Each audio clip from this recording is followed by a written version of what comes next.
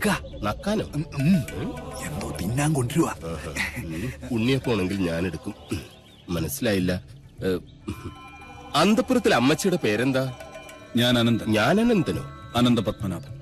അമ്മച്ചയല്ല. എന്നാൽ അകത്തേക്ക് പോയി പറയാ, ഉളിയന്നൂർ ആശാരി വന്നിരിക്കണൂന്ന്. വെറും ആശാരിയല്ല, മൂത്താശാരി. അത്ര മൂത്തിട്ടൊന്നും ഇല്ല.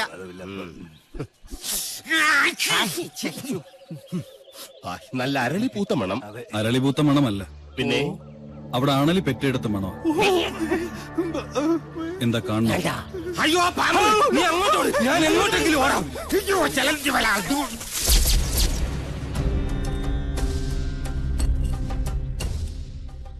വടക്കിന് കൂടാതെ മറ്റു ഗ്രഹങ്ങൾ ഉണ്ടായാൽ അതിനെ ഹിരണ്യനാഭി എന്ന് പറയും.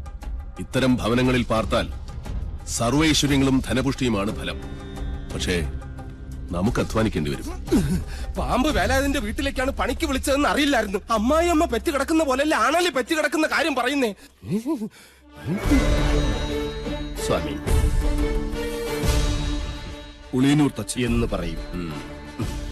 ഉളിയന്നൂർ തച്ചൻ ഉളി പിടിക്കുമ്പോൾ കൈവിറയ്ക്കോ? ഇല്ല, ഉളി വിറയ്ക്കും. ആരോടാണോ നിന്റെ തമാശ? അതെ, ഉളിയന്നൂർ തച്ചന്റെ താവഴിക്ക് വികടത്തം പൈതൃക സ്വത്താണ്. അതിന് ഈ ഭൂമി മലയാളത്തിൽ മരുന്നില്ല. നിന്നെ എനിക്ക് ആവശ്യമുണ്ട്, അതുകൊണ്ടാണ് വിളിപ്പിച്ചത്. എന്തിനാണാവോ? മന്ത്രങ്ങളൊക്കെ പറഞ്ഞു തന്നാൽ തെറ്റാതെ ചൊല്ലാൻ അറിയാമോ? അറിയാമോന്ന്? തെറ്റു പറ്റിയാൽ 100 ആവർത്തി ഇമ്പോസിഷൻ എഴുതിക്കോളാവേ. ഇവനെ കൊണ്ടുപോയി കുളിപ്പിച്ച് ശുദ്ധമാക്കും. ശരി, ക്ഷമിക്കണം. കഴിഞ്ഞ ഞായറാഴ്ച ഞാൻ കുളിച്ചതാ. ഇനി അടുത്ത ഞായറാഴ്ച കുളിക്കാവൂ. വ്രതമുണ്ട്. എന്നെ കുളത്തിക്കൊണ്ടിട്ട കുളത്തിലെ മീങ്ങളെല്ലാം ചത്തു പെരുവും. നിശ്ചയ.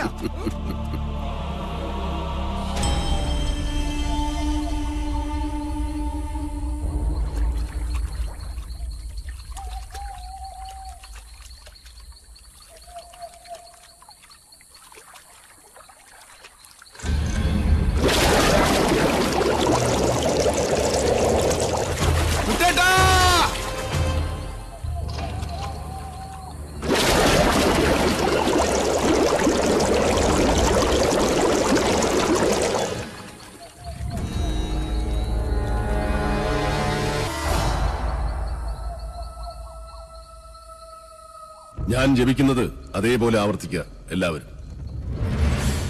നേരത്തെ പറഞ്ഞു ഇനി മേലാൽ ആവർത്തിക്കരുതെന്ന്. ഇപ്പൊ പറയുന്ന ആവർത്തിക്കണമെന്ന്. ഞാനിതിൽ ഏതാ വിശ്വസിക്കണ്ട? എന്റെ മണി. കുശവ, ആചാര്യം പറഞ്ഞ് അനുസരിച്ചാ മതി. ഓ,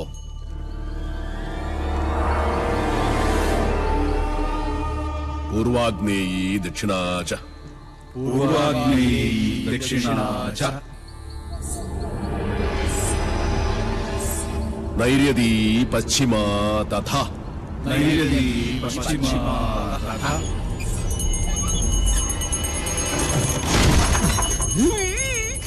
വായവീ ചോത്തരൈ ശാനി വായവീ ചോദരീ ശനി ദിശാ അഷ്ടവിമാ സ്മൃത ദിശാഷ്ടവിമാ സ്മൃത.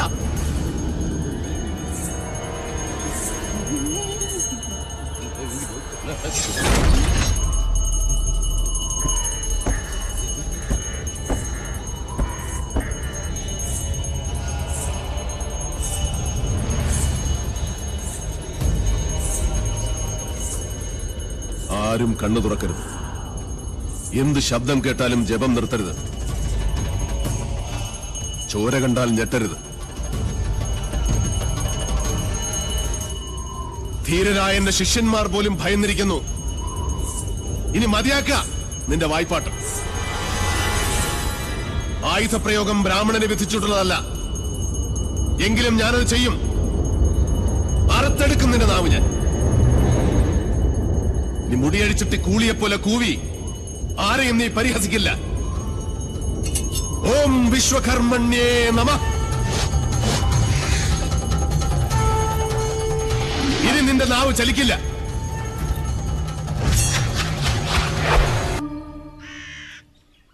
ഇനി ഇവിടെ നിൽക്കാൻ പറ്റില്ല. രാത്രി ആയി കഴിഞ്ഞാൽ യക്ഷികളുടെ ഫാഷൻ ഷോ കണ്ടു കണ്ടു മടുത്തു.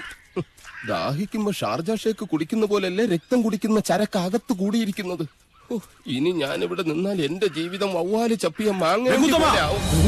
അവിടെ നിൽക്കുക. തിരിഞ്ഞു നോക്കില്ല ഞാൻ. ഇതുവരെ ചെയ്ത പണിയുടെ കൂലി ഈ ഓട്ട് കിണ്ടി കൊണ്ട് അഡ്ജസ്റ്റ് ചെയ്യാന്ന് വിചാരിച്ചു. മുതലായിട്ടല്ല. കൂലി തന്നില്ലെങ്കിൽ തച്ചന്റെ ശാപം നിങ്ങളുടെ തലയിരിക്കും. എന്നാൽ വരട്ടെ. നീ പോവില്ല രൗത്തമ. ഗുരുവിന്റെ സമ്മതമില്ലാതെ നീ മനയുടെ അതിർത്തി കടക്കില്ല. കടന്നാൽ നിന്റെ 2 കാലും തളർവാദം വന്ന് ശോഷിച്ച് ഈർക്കിൽ പോലാകും. ശിഷ്ടകാലം ഭൂമിയിൽ പാമ്പിനെ പോലെ ഇഴഞ്ഞു നടക്കും നീ. ഓർത്തു നിൽക്കുക. അതിനോട് ആരാ പോന്നെ? അളയാ നിൽക്ക. ഞാൻ എന്നെ കൊന്നിട്ട് പോരെ. നോക്കുക, നിന്നൊക്കെ ഗുരു കൊണ്ടുപോകൂടാ. എന്റെ മുത്തച്ഛൻ കോപ്പൻ, അയാള് പണിത വീടാത്രേ. അന്നേ 2 ഉത്തരവും ഇതിന്ന് ഒരു തൂണും അടിച്ചു മാറ്റിയിരുന്നെങ്കിൽ ഞാൻ ഇങ്ങനെ കിടന്ന് ഈ യക്ഷിപ്പറമ്പ് തൂക്കേണ്ട വല്ല കാര്യം ഉണ്ടായിരുന്നു. ഇപ്പൊ ഈട്ടിക്കും തേക്കനൊക്കെ എന്താ വില?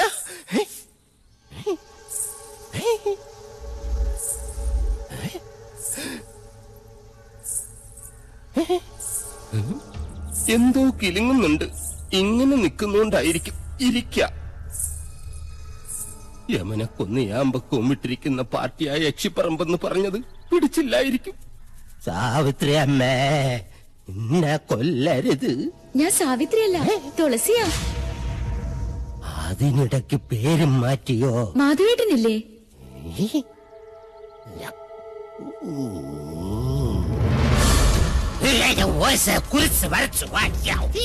അടുത്തു വരരുത്. അടുത്തു വന്നാൽ പേടിച്ച് മൂത്രമൊഴിച്ചു കളയും ഞാൻ. മാധവേട്ടൻ എവിടെ? മാധവേട്ടൻ എവിടെ? മാധവേട്ടനോ? എന്നെ കൊണ്ടൊന്നും പറയിപ്പിക്കരുത്. തലയ്ക്ക് വെളിവില്ലാത്ത 3-4 നമ്പൂരി ചെക്കന്മാരെ പിടിച്ച് അടുപ്പിന് ചുറ്റും ഇരുത്തിയിട്ട് സ്വാഹ സ്വാഹ എന്ന് പറഞ്ഞു കുറച്ച് എണ്ണയും കോരി ഒഴിച്ചാൽ ഒരു യക്ഷിയെ തളയ്ക്കാൻ പറ്റില്ല. യക്ഷിയെ തളയ്ക്കണമെങ്കിൽ ഏഷ്യാനെറ്റിലെ കടമറ്റത്ത് കത്തനാർ തന്നെ വരണം. അത് നിനക്ക് എങ്ങനെ അറിയാം? ഞാൻ കത്തനാർ സീരിയലിൽ കണ്ടിട്ടുണ്ട്. അതിലാണെങ്കിൽ ഒരു കൊച്ചു കിണറ്റിൽ വീണ് ചത്തപ്പോ കത്തനാർ ഇങ്ങനെ വടിയെടുത്ത് ഇങ്ങനെ കാണിച്ചേ ഉള്ളൂ. ആ കൊച്ചു ജീവനോടെ കയറി വന്നു. അത് ഏഴില്ലാതെ. നിർത്ത. തുളസിയെ കൊണ്ടാക്കാൻ ആരും വന്നില്ല. വരിക.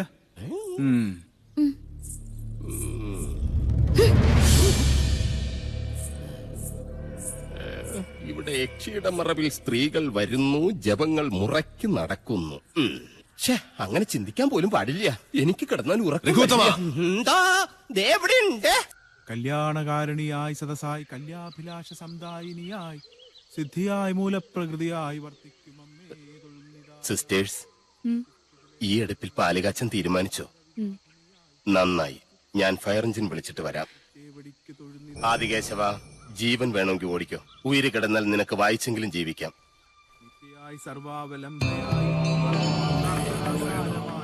തുളസി, അന്നപതിയായ അഗ്നിയെയും മഹാലക്ഷ്മിയെയും മനസ്സിൽ ധ്യാനിച്ച് നെല്ലൂർ മനയിലെ അഗ്നിശാലയെ ഞാൻ വീണ്ടും ഉണർത്താൻ പോകുന്നു. അത് നിന്റെ കൈകൊണ്ട് തന്നെ വേണം. പേടിയുണ്ടോ? കുട്ടേട്ടാ, വേണ്ട. ഈ അടുപ്പിൽ നില തീ പിടിച്ചിട്ടുണ്ട് അച്ഛൻ. നിന്റെ അച്ഛനെ കൊന്ന സാവിത്രിയുടെ പട്ടടയ്ക്കാണ് നീ തീ കൊളുത്താൻ പോകുന്നത്. പറഞ്ഞതനുസരിക്ക്.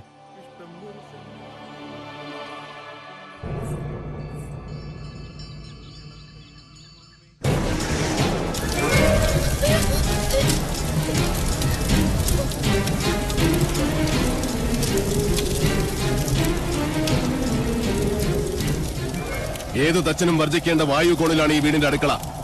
അനന്ത, ആഞ്ഞു വീശുന്ന കിഴക്കൻ കാറ്റിന്റെ ഗതി തടയും.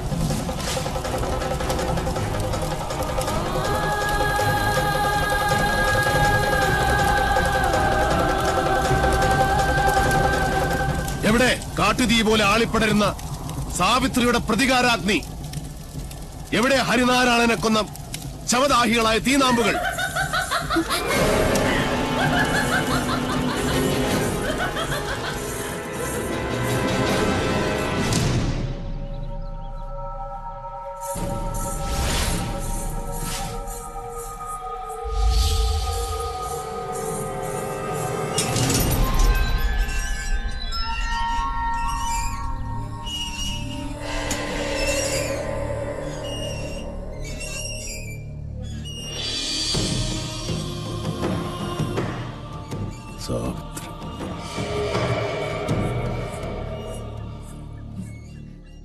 സ്വയരക്ഷയ്ക്കായി എന്തും ചെയ്യാൻ മടിക്കില്ല.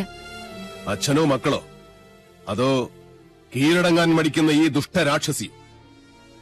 ആരായാലും ഈ പിത്തലാട്ടങ്ങൾ കണ്ട് ഭയപ്പെടുന്നവനല്ല മാധവൻ. അതെ, എല്ലാരും വരിക. അടുപ്പിൽ പാല് തളിച്ചു തൂവി. പൂർവികരുടെ കാലത്ത് നടക്കാതെ പോയ ഗൃഹപ്രവേശം ഇപ്പോഴാ നടന്നത്. ഇപ്പൊ ഇതൊരു വീടായി. അതെ, ഇതൊരു ലക്ഷണമൊത്ത മനുഷ്യാലയമാകാൻ പോകും. നിനക്ക് ഞാൻ തന്ന വാക്ക് പാലിക്കാൻ കുട്ടേട്ടൻ ഒരു അല്പ ദൂരം കൂടെ സഞ്ചരിച്ചാൽ മതി.